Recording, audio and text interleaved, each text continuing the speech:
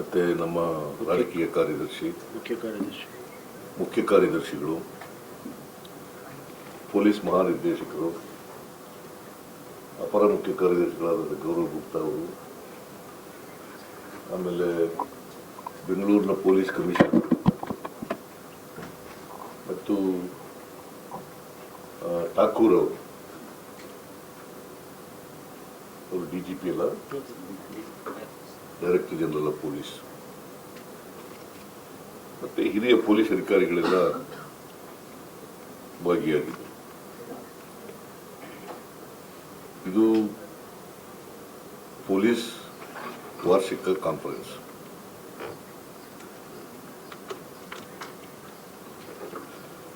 ಪ್ರತಿ ವರ್ಷ police conference ಅನ್ನು ಮಾಡ್ತೀವಿ. ಅವರು ಕೂಡ ಒಂದು ವರ್ಷದಲ್ಲಿ ಏನೇನು ಸಾಧನೆಗಳನ್ನು ಮಾಡಿದ್ದಾರೆ, ಏನು ಮಾಡಬೇಕು, ಮತ್ತು ಸರ್ಕಾರದಿಂದ ಏನೇನು ಆಗಬೇಕು, ಎಲ್ಲ ವಿಚಾರಗಳನ್ನು ಪ್ರಸ್ತಾಪ ಮಾಡ್ತಾರೆ.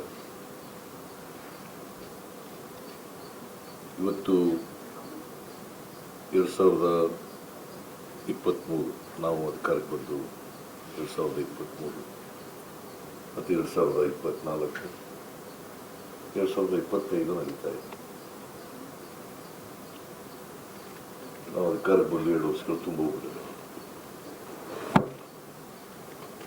ಒಂದು ಅಂಕಿಅಂಶಗಳು ಪೊಲೀಸ್ನವ್ರು ಕೊಟ್ಟಿರ್ತಕ್ಕಂಥ ಅಂಕಿಅಂಶಗಳ ಪ್ರಕಾರ ಇಂಪಾರ್ಟೆಂಟ್ ಅಫೆನ್ಸ್ಗಳು ಕಡಿಮೆ ಆಗಿದ್ದಾವೆ. ಕ್ರೈಮ್ಸ್, ಕೊಲೆ, ಡಕಾಯಿತಿ, ರಾಬ್ರಿ, ಕಳ್ಳತನ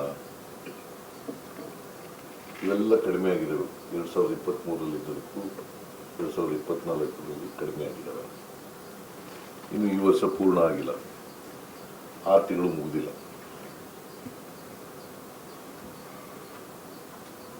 ಅದು ಕೂಡ ಮಾಹಿತಿಗಳಿದ್ದಾವೆ.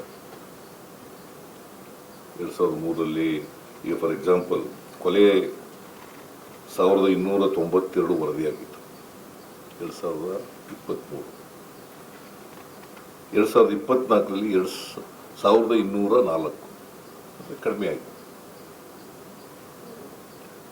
ಡಕಾಯಿತಿ 314 ವರದಿಯಾಗಿತ್ತು 2023ರಲ್ಲಿ.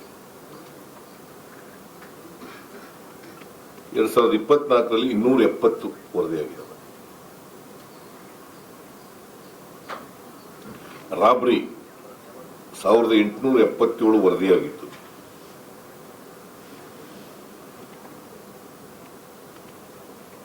ಈ ಸಾರಿ 2024ನೇ ಇಸ್ವಿನಲ್ಲಿ 1607 ವರದಿ.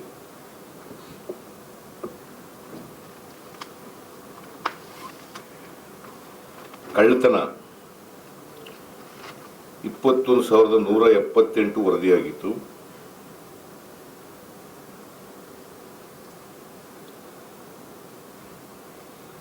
$25,178 ಕಳ್ಳತನಗಳಾಗಿತ್ತು 23ರಲ್ಲಿ. ಹಗಲೊತ್ತು ರಾತ್ರಿ ಹೊತ್ತು ನಡೀತಕ್ಕಂಥ ಕಳ್ಳತನಗಳು ಸೇರಿ 25,178. ಈ ವರ್ಷ 24ನೇ ಇಸ್ವಿನಲ್ಲಿ 22,137 ಕಡಿಮೆ. ನಾನು ಪೊಲೀಸ್ನವ್ರಿಗೆ ಏನು ಹೇಳಿದ್ದೀನಿ ಅಂತಂದ್ರೆ, ಅಂಕಿಗಳ ಪ್ರಕಾರ number of theft, number of Rabri, number of deaths, ಆಮೇಲೆ ಮರ್ಡರ್ಸು ಅವು ಕಡಿಮೆ ಆಗಿದ್ದಾವೆ. ಬಟ್ ಕ್ವಾಲಿಟಿ ಇಂಪ್ರೂವ್ ಆಗಬೇಕು. ಚಾರ್ಜ್ ಶೀಟು ಸಕಾಲಕ್ಕೆ ಹಾಕಬೇಕು. FIR ಬಂದವರಿಗೆ ರಿಜಿಸ್ಟರ್ ಮಾಡ್ಕೋಬೇಕು. ಯಾವುದನ್ನ B ರಿಪೋರ್ಟ್ ಹಾಕಾಗಿದ್ರೆ ಹಾಕಬೇಕು. ನೀವು ವಿಳಂಬ ಮಾಡಿದ್ರೆ ಕ್ವಾಲಿಟಿ ಮೇಲೆ ಪರಿಣಾಮ ಬೀರುತ್ತೆ. ಚಾರ್ಜ್ ಶೀಟ್ ವಿಳಂಬ ಮಾಡಿದ್ರೆ ಕೇಸು ಏನು ಆಗ್ತದೆ ಅನ್ನೋದ್ರ ಮೇಲೆ, ಕನ್ವಿಕ್ಷನ್ನು, ಇದು ಅಕ್ವಿಟಲ್ಲು, ಇದ್ರ ಮೇಲೆ ಪರಿಣಾಮ ಬೀರುತ್ತೆ. ಅದಕ್ಕೆ ನಾನು ಹೇಳಿದ್ದೀನಿ, ಈ ಇನ್ವೆಸ್ಟಿಗೇಷನ್ನು ಕ್ವಾಲಿಟಿ ಇರಬೇಕು. ಇನ್ವೆಸ್ಟಿಗೇಷನ್ ಅಲ್ಲಿ ಮತ್ತೆ ವಿಳಂಬ ಮಾಡಿಕೊಳ್ಳೋದು ಯಾವುದೇ ಕಾರಣಕ್ಕೆ.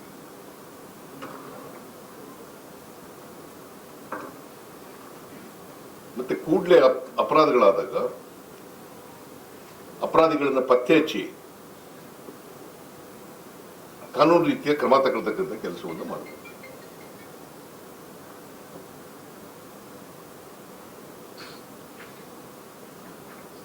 ಸೈಬರ್ ಕ್ರೈಮ್ಗಳು ಜಾಸ್ತಿ ಆಗ್ತಾ ಇದ್ದಾವೆ, ಪ್ರತಿ ವರ್ಷನೂ ಕೂಡ ಹೆಚ್ಚಾಗ್ತಾ ಇದ್ದಾವೆ.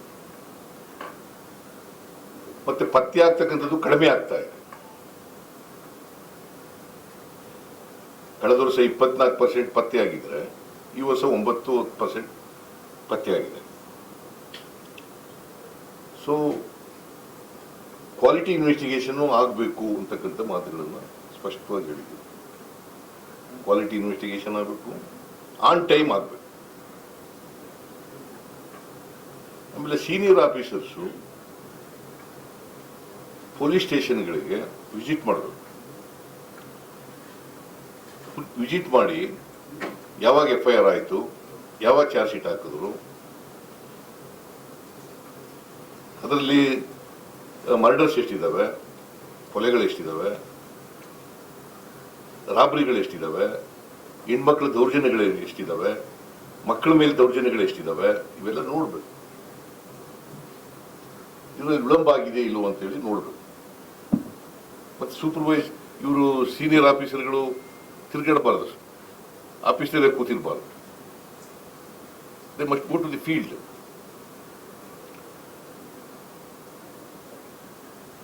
ಅದನ್ನ ಇವರು ಹೇಳಿದ್ದಾರೆ, ಗೃಹ ಸಚಿವರು ಹೇಳಿದ್ದಾರೆ, ನಾನು ಹೇಳಿದ್ದೀನಿ ಪೊಲೀಸರು. ಆಮೇಲೆ ಈ ಡ್ರಗ್ಸ್ ಮುಕ್ತ ಕರ್ನಾಟಕ ಮಾಡಬೇಕು ಅಂತ ಹೇಳಿದ್ದೀನಿ. ಅದಕ್ಕೆ ಎಲ್ಲ ರೀತಿಯ ಪ್ರಯತ್ನವನ್ನು ಮಾಡಬೇಕು. ಡ್ರಗ್ಸ್ ಮುಕ್ತ ಮಾಡಲಿಕ್ಕೆ ಏನು ಮಾಡಬೇಕು, ಏನೇನು ಕ್ರಮಗಳು ತಗೋಬೇಕು. ಈಗ ಎಲ್ಲಿ ಮಾರಾಟ ಮಾಡ್ತಾರೆ ಪೆಡ್ಲರ್ಗಳ ಮೇಲೆ ಕ್ರಮ ತಗೊಳ್ಳೋದು ಒಂದು. ಎರಡನೇದು ಮಾರಾಟ ಮಾಡ್ತಾರಲ್ಲ ಅಂಗಡಿಗಳಲ್ಲಿ, ಅವ್ರ ಲೈಸೆನ್ಸ್ ಕ್ಯಾನ್ಸಲ್ ಮಾಡೋದು ಮಾಡಿ.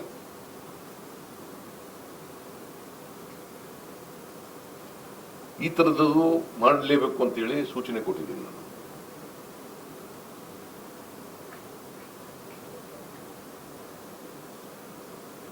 ಆಮೇಲೆ ಹೆಣ್ಮಕ್ಳು ಪೋಕ್ಸೋ ಕೇಸು ಅದರಲ್ಲಿ ಮಕ್ಕಳ ಮೇಲೆ ಇಂಥ ದೌರ್ಜನ್ಯಗಳಾಗದ ರೀತಿ ನೋಡ್ಕೊಳ್ತಕ್ಕಂಥ ಕೆಲಸ ಮಾಡೋದು.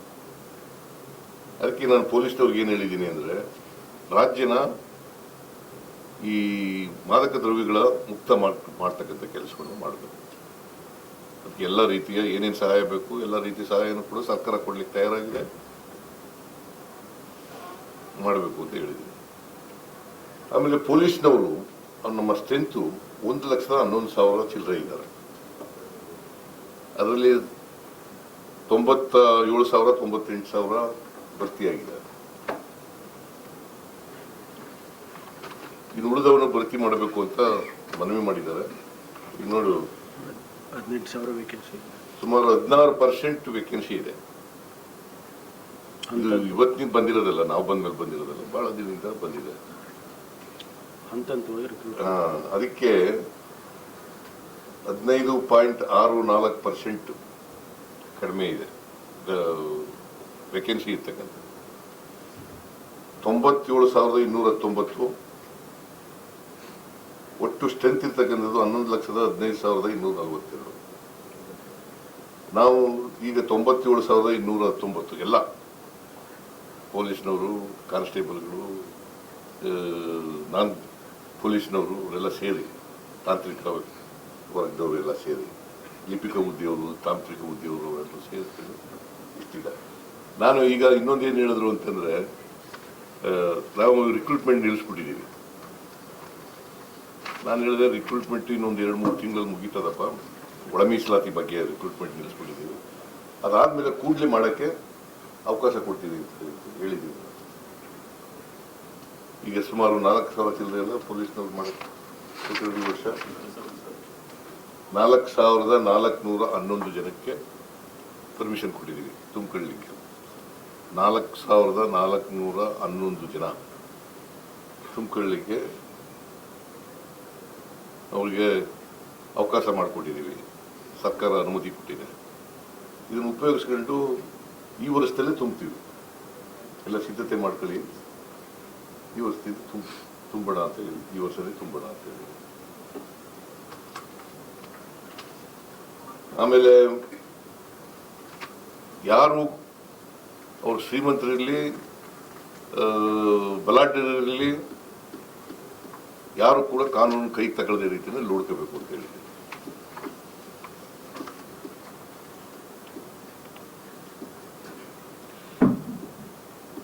ಪ್ರಚೋದನೆ, ದ್ವೇಷದ ಭಾಷಣ ಯಾರೇ ಮಾಡಲಿ ಅವ್ರ ಮೇಲೆ ಸುವೋ ಮೋಟೋ ಕೇಸ್ ತಗೊಳ್ಳಿ. ಕಂಪ್ಲೇಂಟ್ ಕೊಟ್ರೆ ಕಂಪ್ಲೇಂಟ್ ತಗೊಳ್ಳಿ, ಕಂಪ್ಲೇಂಟ್ ಕೊಟ್ರೆ ತಗೋಬೇಕು.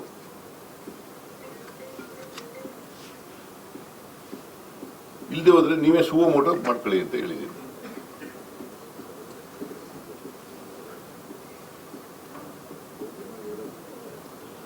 ಆಮೇಲೆ ಮಹಿಳೆಯರು, ಮಕ್ಕಳು, ದಲಿತರು,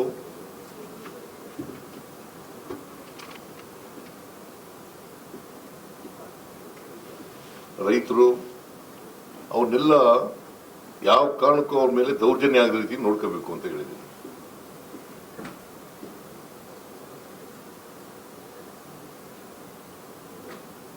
ಆಮೇಲೆ ಬಾಲ ವಿವಾಹ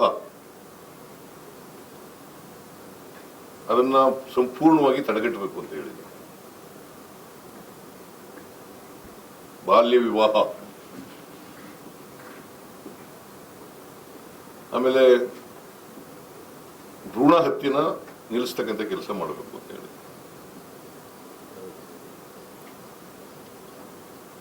ಬಾಲ್ಯ ವಿವಾಹ ನಿಲ್ಲಿಸಿದ್ರೆ ಇನ್ನೂ ವಯಸ್ಸಿಗೆ ಬರದೇ ಇರೋರು ಹೆಣ್ಮಕ್ಳು ಗರ್ಭಿಣಿ ಆಗಿರೋದನ್ನು ತಪ್ಪಿಸ್ಲಿಕ್ಕೆ ಸಾಧ್ಯ ಆಗುತ್ತೆ.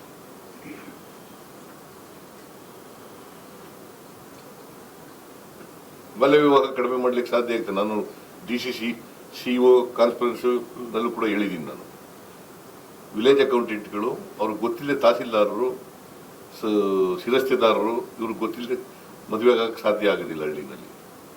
ಬಾಲ್ಯ ವಿವಾಹ ಅವರಿಂದ ಮಾಹಿತಿ ತಗೊಂಡು ನಿಲ್ಲಿಸಿ ಅಂತ ಹೇಳಿದ್ದೀನಿ ನಾನು. ಕೂಡಲೇ ಸೋಷಿಯಲ್ ವೆಲ್ಫೇರ್ ಡಿಪಾರ್ಟ್ಮೆಂಟು ಮತ್ತು ಮಹಿಳಾ ಮತ್ತು ಮಕ್ಕಳ ಕಲ್ಯಾಣ ಇಲಾಖೆ, DC, CO ಇವರೆಲ್ಲ ಸೇರ್ಕೊಂಡು SP ಇವರೆಲ್ಲ ಸೇರ್ಕೊಂಡು ನಿಲ್ಲಿಸ್ಬೇಕು ಅಂತ ಹೇಳಿದ್ದೀನಿ.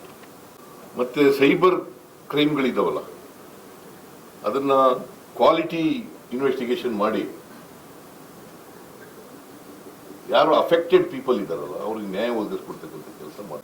ಸೊ ಇನ್ನೂ ಏನೇನೋ ಹೇಳಿದ್ದೀನಿ, ಅವೆಲ್ಲ ಹೇಳಕ್ಕಾಗಲ್ಲ ನಿಮ್ಗೆ. ಯಾಕೆ ನೀವು ಇಂಗ್ಲಿಷ್ನವರ? ಮತ್ತಷ್ಟು ಸುದ್ದಿಗಳಿಗಾಗಿ ನೋಡ್ತಾ ಇರಿ ಪಬ್ಲಿಕ್ ನ್ಯೂಸ್ 24x7. ಇದು ಸತ್ಯದ ಧ್ವನಿ.